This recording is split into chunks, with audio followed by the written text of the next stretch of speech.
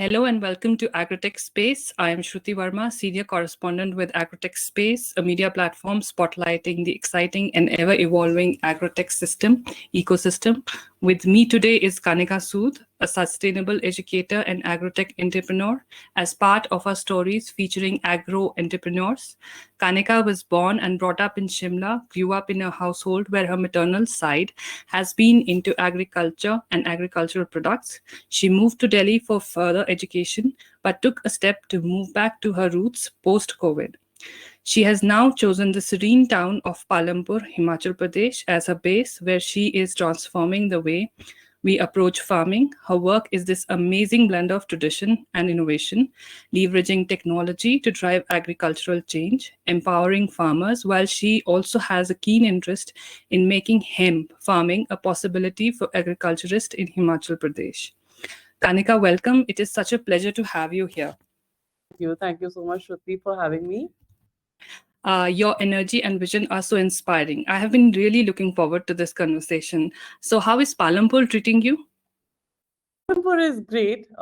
It's a town which is just bustling with young energy. There are so many institutions down there. There is the Krishi Vidyalaya, there is CSIR, and so many other places that you get to experiment with and meet young people and like-minded people, which was very unusual for me to also. When I was choosing the place that I want to be in Himachal, I was looking at a lot of districts, and after contemplating everywhere like Manali, Kullu, Sirmaur area, which is also one of my favorite areas because it has a lot of potential.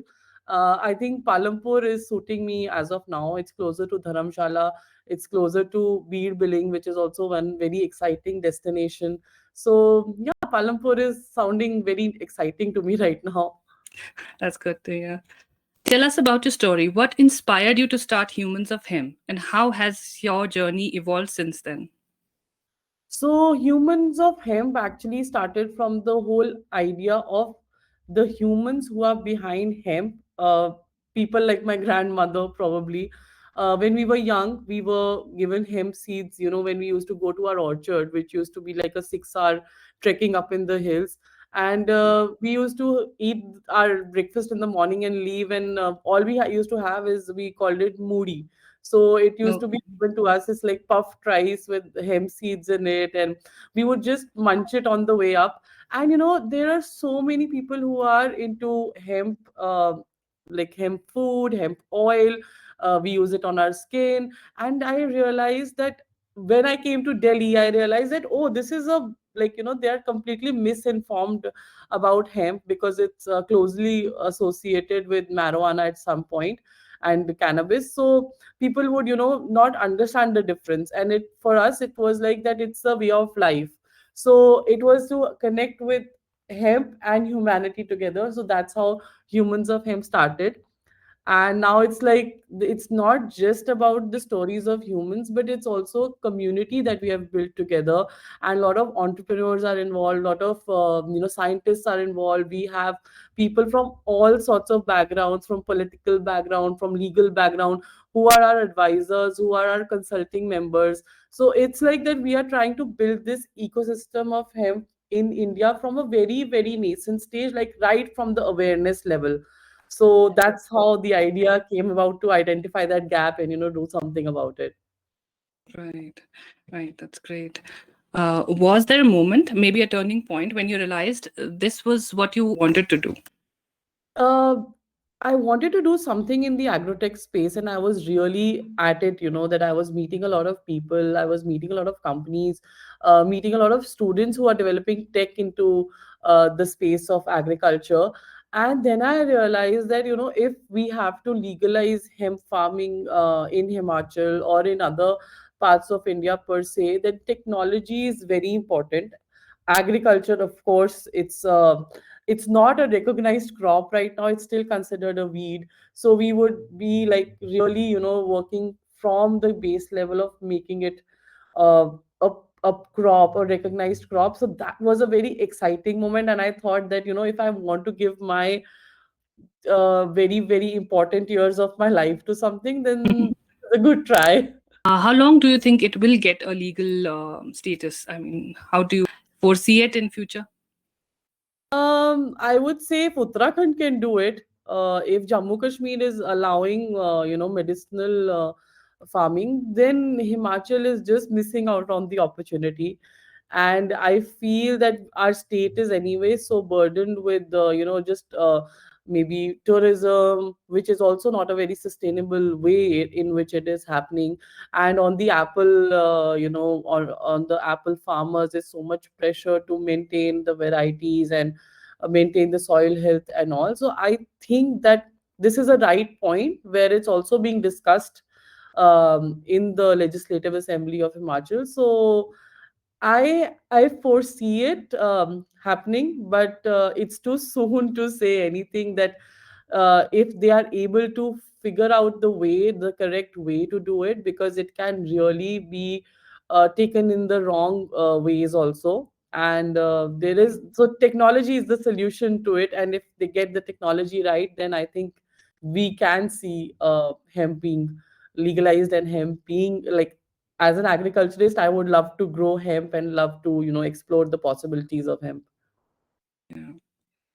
So tell us something that really shaped your passion for agrotech and sustainable practices in particular. So what happened in COVID?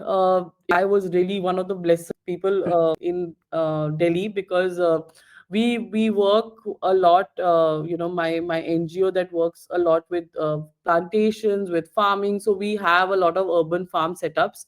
And one of my client was like that. I have a farm, and he was not in India at that particular time. So he told me to maintain that farm.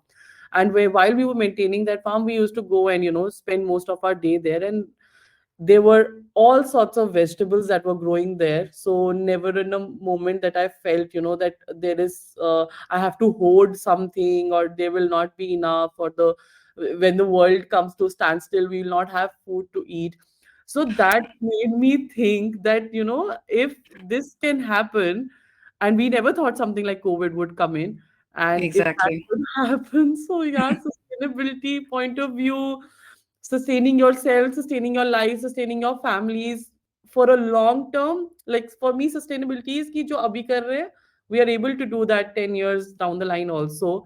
So yeah, I think that that was a turning point for me also. And then I realized that yes, I want to explore this space more, because that time I just started hydroponic farming and other things like that that were really exciting to me. So yeah, maybe that answers your question.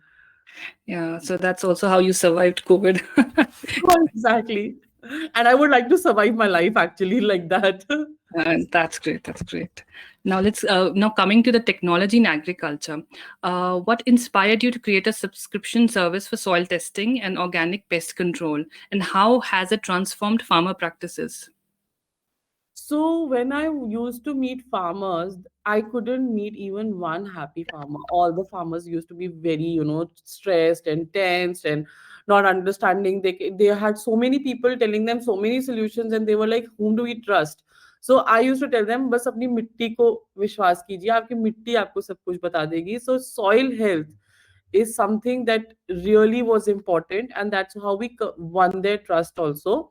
And but still there was a hitch in how much of investment is required to maintain the soil health. Do they have the money to put upfront? Will they trust me with the money upfront? So that's why the subscription model sort of worked for us, because that gave them, okay, we can subscribe for 3 months and see how the results are, and then maybe subscribe for a year, and then maybe subscribe for 3 years. I mean, they get different benefits when they do that. But offering a subscription service really made it sure that there is, the trust that is built and accessibility that is provided. So yes, subscription model was a kind of a challenging thing to do, but I think it was the right way to go about it. Right. How did your partnership with Farmfluence and ICL develop, and how do they support your mission? So while meeting a lot of people, going to different exhibitions, expos, networking meetings, so Farmfluence is one of our earlier collaborators, and we realized that Farmfluence has such great products and such massive technological advancements, that they were working in Maharashtra, they were working in Gujarat, and the prosperity rate of the farmers there was really improving. So then is where we decided, like we had a, like, North India kind of a MOU with them, that whatever products they have, we would be definitely pushing it around, and definitely seeking a lot of trials, lot of, customer feedback for them. That's how the partnership sort of started. And then of course their soil test kit, it's like a magic thing. So ICL contacted us for the soil health kit, and they are based in Delhi NCR, but their products, the products are all pan world, like they are a very big company. So ICL is currently also evaluating the soil health, that how we can improve it, the soil test kit. So there, the collaboration is just like a snowball, then that you start from one point and this rolls down. And I think Yeah. there are other companies also who are interested in this, other FPOs, other farmers. So I think it's just going to grow from here. Soil health has been one of the great topics, like topics this year. Everybody, like soil degradation in India is also at a fast pace these days. Yes, yes. And luckily, both hemp is also a great, it adds a lot of nutritional value to the soil. It improves the soil health a lot. And even like a soil test kit, which gives the farmer immediate, like, in 20 seconds, you'll know exactly. You don't have to send a sample to some other state first and then wait for, 2 to 3 weeks for the test. By the time your soil health is already gone, you don't know what's the moisture level, you don't know what the soil needs, you just see the plant and you think the plant needs that, but actually the plant is deriving all the nutrition from the soil. So that Right. really, empowers the farmer. If they exactly know कि मेरी मिट्टी में क्या चाहिए, तो it really helps them. Yeah, it's a real time thing, no? Oh, The yeah, soil yeah, test case. absolutely. Could you explain the technology behind your rapid soil testing kit and how real time data helps farmers? Yeah, this explains.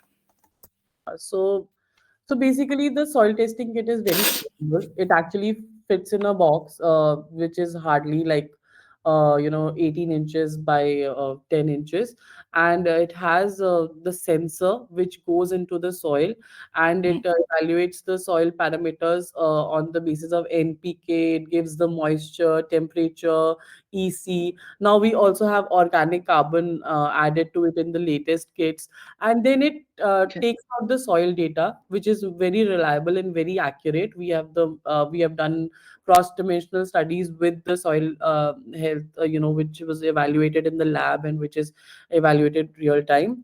And then once the farmer puts the tong in for the check, it has an Android based device, which exactly gives them the parameters. There also is a thermal printer based printing setup inside it, which prints out the result, which is there of the soil health at that time. It also shares the data to the cloud. So if we are giving them agronomy service also, it gives us real time update that how the soil health is improving, if our measures are going to be right. So it's like a long term thing also that they get about their soil health, and the cloud integration really helps here. Plus it's a very durable and very convenient design to carry. Like I'm telling you, like just one briefcase and we are done. Moving on, how do your collaboration with local farmers and communities leverage agrotech tools to create an impact? So our the basic goal was to actually help the government to legalize hemp farming, and because of that, we really went deep down into how we can monitor, and we are looking into drone assisted farming. A lot of AI tools are now coming in which we just require one person to just see the panel and know everything what the plants need very accurately.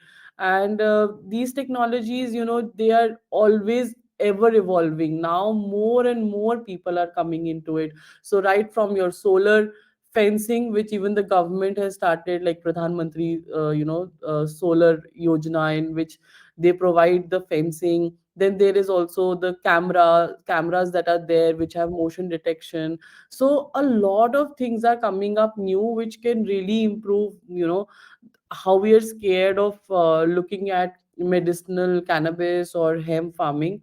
So the idea was to start from that, and now it's also growing to not just that, but we are doing a lot of setting up a lot of poly houses which have failed earlier, and now we are making it more sensor based, more technology based, more AI driven. So yes, we are seeing some results, and I'm very excited for the next coming year, because then we will be more sure of what we are doing. Yeah. So do we see these changes in Himachal also, like coming up with the use of AI and technology in That's agrotech? yeah, that's the whole plan. Actually, that's one of the primarily reason why I wanted to move to Himachal, because I am a Himachali bona fide and I am an agriculturist. So the land which I can start from is, my friends, my relatives, and I really want to do, in my own family land also. So all these measures that were failing earlier, and the people that we work with in the institutes also, they themselves tell that okay, people come and put these polyhouses, but they don't work, because it's not just about putting the setup, it's also about enabling the setup. So that's what we are changing now. We are telling them, okay, you already have a setup, don't worry, we are going to make it more enabling for you to manage your setup. So yeah, a lot of things are coming up in Palampur, and especially the Kangra belt. It's very good with polyhouses right now. Right, right. What challenges and achievements have you encountered in promoting organic farming in Himachal, which you had discussed earlier? Yeah, but Yeah, anything traditional, it's like changing, and it's like I have to meet a lot of senior people, like uncles who are like, why are you doing this, and does this uh, really work, or is this just a gimmick? Most of them will be like that the pricing is not working out for them. But if you tell them over a period of 1 year, how how much pesticides they've used, how much chemicals they've used, how much was the cost of all of that, I versus the 3 year cost of an automation, and realizing your soil health, that is the thing that I'm trying to break first. And luckily, like working in Palampur also gives me a little bit of a, native language, like advantage, because I can understand their language. So they're like, they still like are having those issues. But I think when they see their neighbor doing it, or somebody in their family, or even if they have a younger person who wants to say, so they're like, I'm only going to do if my son is agreeing to, do this farming forward. And then I'm like, okay, I can, tell him, because I can talk to him about the numbers. I can tell him how much it's going to grow, how much is the yield, how much money he is making in a regular job versus how much money he can make with agriculture now with the advancements. So yeah, this is a very big challenge to just tackle the mindset and the price points. okay, yeah, the skepticism is there for it. But Yeah. yeah, you show them results, they will go for Yes, it. yes, yes. So, how do you see the technology advancing sustainable agriculture in India? Technology is really advancing the sustainable in terms of, it's a very labor intensive work.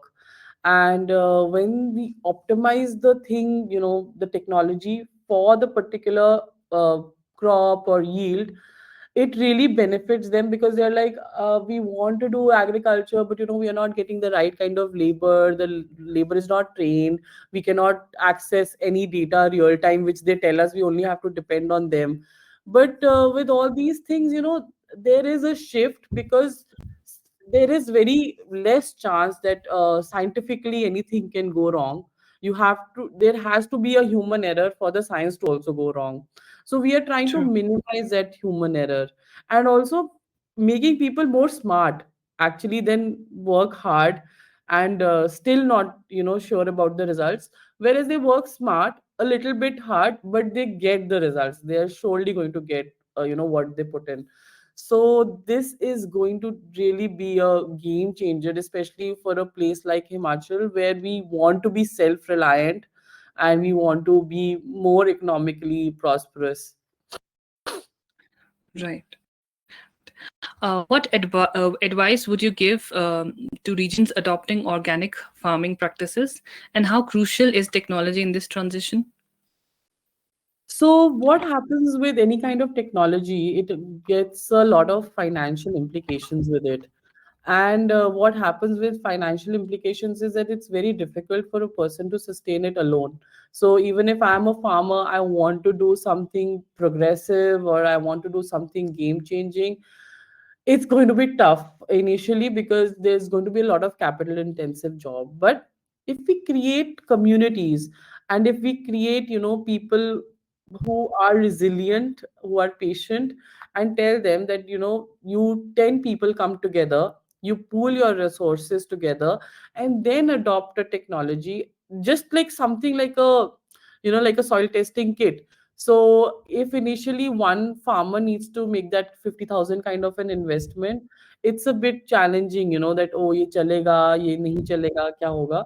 But when, 20 people come in and they say, okay, let's put in 5,000 each, and, then, or like how much ever, money, and then get two of those or one of those, it's a lot better. So yes, I mean, the advice is to build patience, resilience, and the community, and there Community. Yeah. are like farmer producer organizations kind of things to come in, and then the technology and collaborators and agronomy experts all can be, sort of, the cost can be managed very well.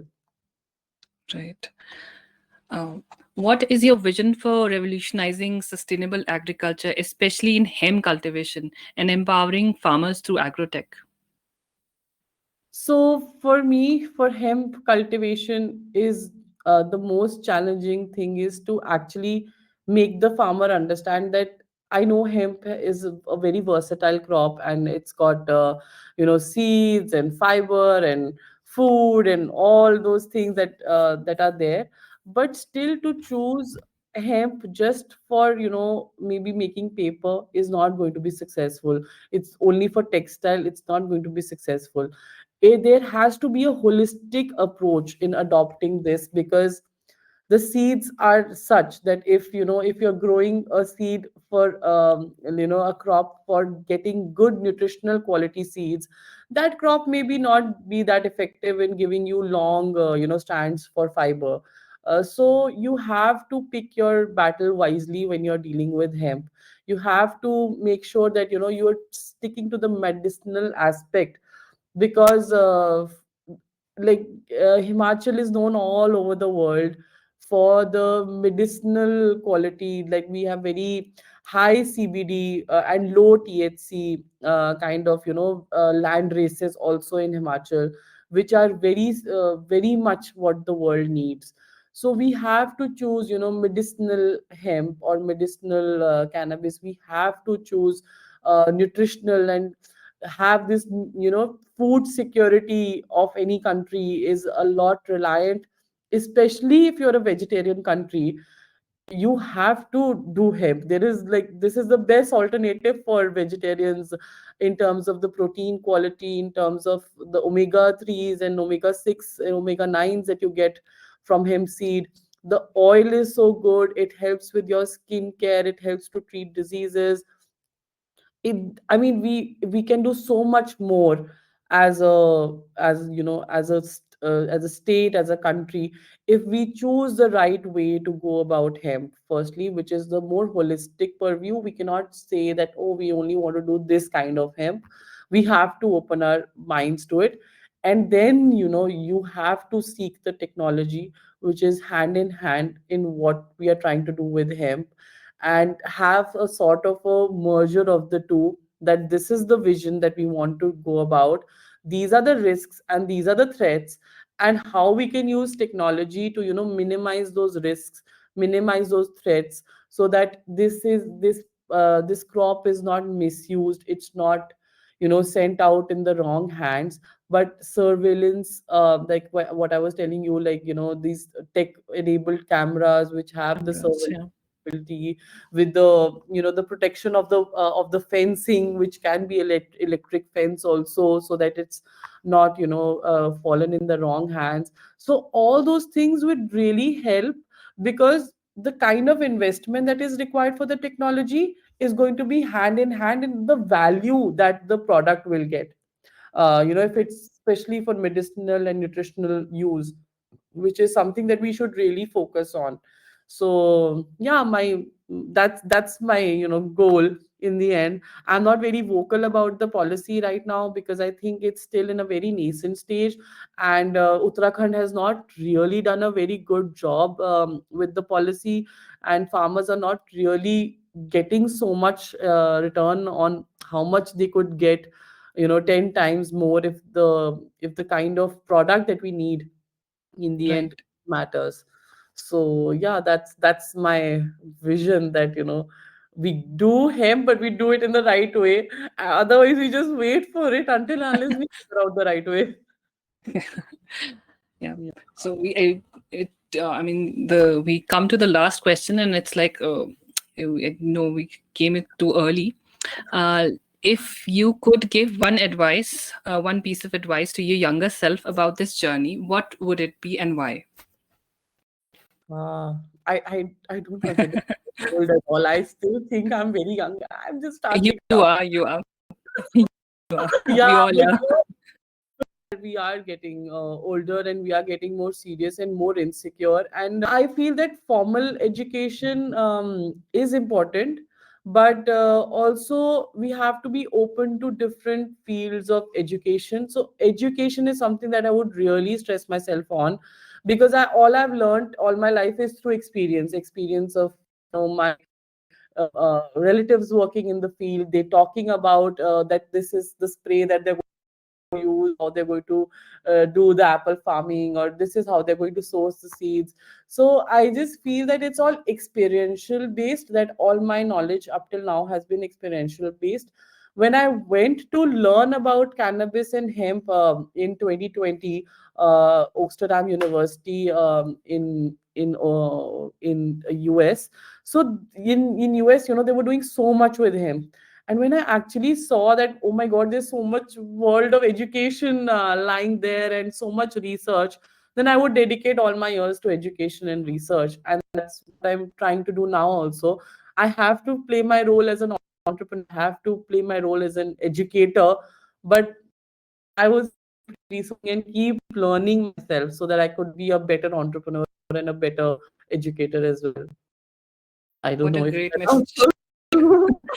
Yeah, it's a great Yeah, message for everyone. You keep learning, whether you're yeah, young, old, just keep learning. yeah, that's Kanika, Kanika, thank you so much for sharing your thoughts and your ideas. It was so good talking to you. And we wish you continued success and all the very best. Thank you Thank so much. thank you so much, Shruti. Thank you so much. Yeah. Let's grow ideas and harvest change. Like, subscribe, and hit the bell for more insights on our next chapter.